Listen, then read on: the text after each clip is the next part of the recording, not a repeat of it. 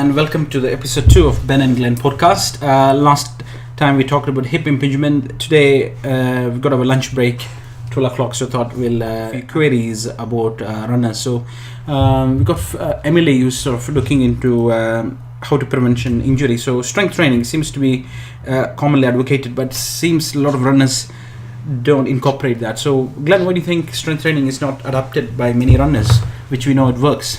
Yeah, it's good. I think a lot of the time people run because they don't like gyms, so that's a common explanation that I get given is I don't like gyms, I hate gyms, I like to be outside, I like to run outside.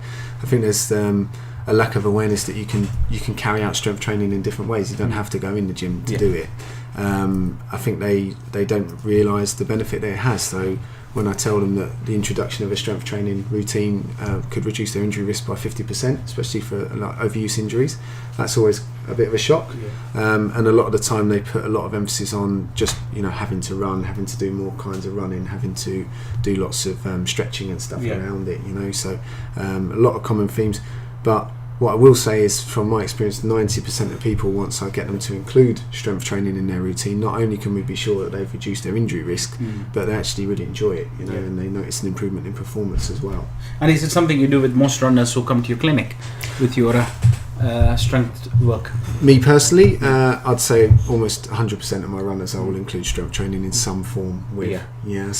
I'm maybe a little bit more biased towards that area myself. I spent my earlier years working in gyms and stuff before physio, but I think I can justify it and I think I can benefit, and there's very few cases where I can think of where the introduction of that wouldn't help. And people think strength training means you have to go to the gym and lift heavy weights, so what's your opinion? Like, do you tailor it to somebody who doesn't like go to the gym and they just want to do home workout? So is it possible to get a decent? It's possible. I mean, I think for me, I've got a really nice system now where I've got PTs in the local gyms. So my first port of call these days is I'll try and persuade them to go and see one chap that I use down the road that he only charges 20 quid.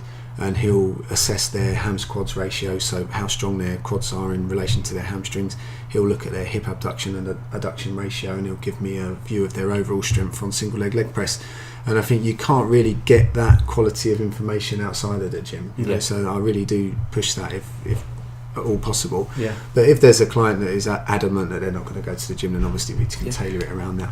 That's quite interesting, because that information is, as you mentioned, unless you have a handheld dynamometer, it's difficult. So is it something, even if they're not a gym member, they can access it by your link? Absolutely, yeah. So they pay the chap £20, and I think they have to pay a £5 day pass. So it's 25 quid, and then I get that. So the key variables you're looking at, could you say why you ask those variables? Why is that important? Yeah. So you get so much information out of it. So hams quads ratio, really important. So people that have weaker hamstrings in relation to their quadriceps are more at risk of injury. And so you'll often see that, particularly in female runners, that they'll have more dominant quads. So when you get them to test it in the gym, they're coming out around 50% of their quads on the which is not optimal. Which is not optimal. So I mean, my clients, I like to be above 80. So as a rule of thumb, I'll train them towards that. Hip abductor adductor ratios as well. You want them to be 1-to-1 minimum. So often I'll find that there's a weakness there in the abductors, particularly again in female runners. That tends to be more common. And also you can look at differences between left and right, so if they're continually getting injured on one side, you can get an overview of, is there an imbalance between the left and the right? Is one more dominant? Is one much more strong? And do you go for a 5-rep max or 10-rep max? So for listeners who don't understand that, how do you explain? Like, how many times do you check them? So I've been leaning towards a 10-rep max with this, especially with hip abductor and adductors. I think the 5-rep max is a bit more difficult to do, especially as I'm not actually doing it. So between me and the trainer that I use, the 10-rep max has maybe safety as well, isn't it? Exactly, and a lot of these people, as we say, won't have trained before. And to be honest, the repetition maximum is irrelevant as long as it's consistent and standard and you're doing the same both ways. So by a 10-rep max, for those that maybe are not familiar with that, what we mean is that you would do 10 repetitions and you wouldn't be able to physically do 11 or 12. So you're kind of failing at that 10th rep. And then if you're doing that both ways, abduction, so taking the hip out, Bob's helping us here, or adduction, taking the hip in, you can get a good idea of the balance between the different muscle groups. And I think in a way that's that's more important to me these days than just actual how strong they are. Yeah. You know? Of their age. And do they give them, the trainer, does he give them a warm up or something? Yeah, so he'll warm them up. I'm confident in him in that sense, in safety. So he does he gets it done in. If it's a client that's quite picks things up quite well and quite fit, he can do it in half an hour. Yeah. If it's someone that maybe needs a little bit more coaching, and then he takes an hour. And it's something you can chase it up, later. So after 1 month of your rehab or your exercises, you tend to check it again, or? Oh, definitely. Yeah. You need to really reassess to see if you've had any impact there, and it also is quite a good way of getting people to buy into the gym in a way, because when they see these massive imbalances. I had a lady just the other day, chronic pain in her left leg, hip, knee, foot and ankle, just moving up and down over the last 7 years, and she was adamant, didn't want to go to the gym.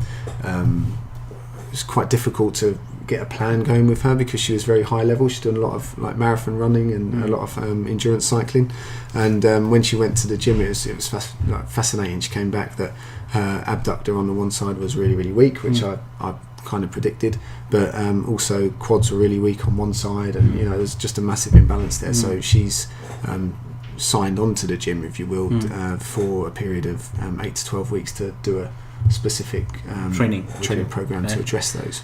And talking, you mentioned briefly about stretches. So now I guess most runners and therapists are aware that there's not much of a role for stretches. So what is your viewpoint on stretches when you deal with runners? I mean, you say that, but most runners actually still put a lot of weight on them. I think all therapists now know that static stretching at least is not optimal. But I still, I always ask the question with my runners, why do you think you're getting injured? And without a doubt, it's still, I don't stretch enough, and I haven't got the right shoes. That's the two most common reasons. Reasons that I get told. So I still think there's a bit of work to be done getting that out there to the running community. By all means, I'm not like anti-stretching, but if you're looking at what is the goal of why you're doing it, and if you're trying to warm up appropriately for a run or reduce your injury risk, then static stretching doesn't have a place there. Dynamic stretching, on the other hand, I'm a big advocate of that, as we both advise that. Getting people and about running drills. Running drills, exactly. So get the heart rate up, warm them a little bit, do some dynamic stretches, and then some specific running drills. I think that's an ideal kind of warm up for me for a runner.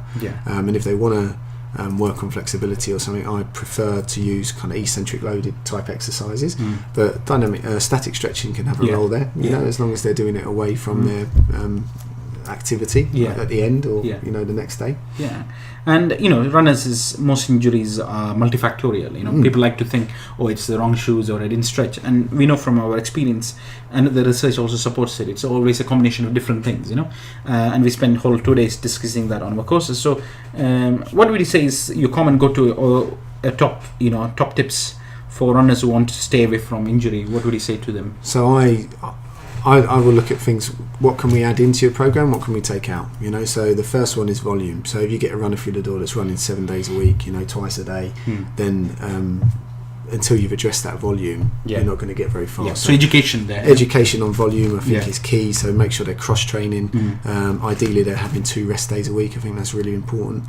That would be my number one. Number 2 is strength. So I think if you should include strength training in your program at least twice a week. If you can do that, then the evidence seems to suggest you're going to reduce your injury risk by 50%. And then I think once you've got a base of strength, then plyometrics. We're both big advocates of plyometrics, but you can't jump into plyometrics until you've got that base of strength. So I see a lot. You get injuries because of plyometrics. And I see that.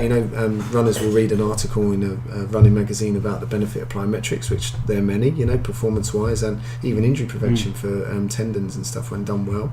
But they won't have done a strength program. They won't have done any strength. They'll just jump straight into it. So I think manage your volume, include your strength training, and then build that base to include plyometrics. And I've seen that you use quite a bit of running re-education. Obviously, it seems it's not like a first line. So, what sort of patient do you think might be beneficial to use running analysis and retraining?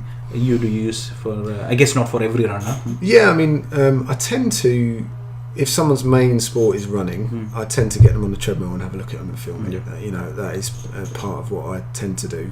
Not everyone needs anything done there, though. You know, so sometimes you'll see a good running style, nothing jumping out, and it's just one of these 3 points. You know, they haven't managed their volume well enough, so you've addressed that, and then, that's enough.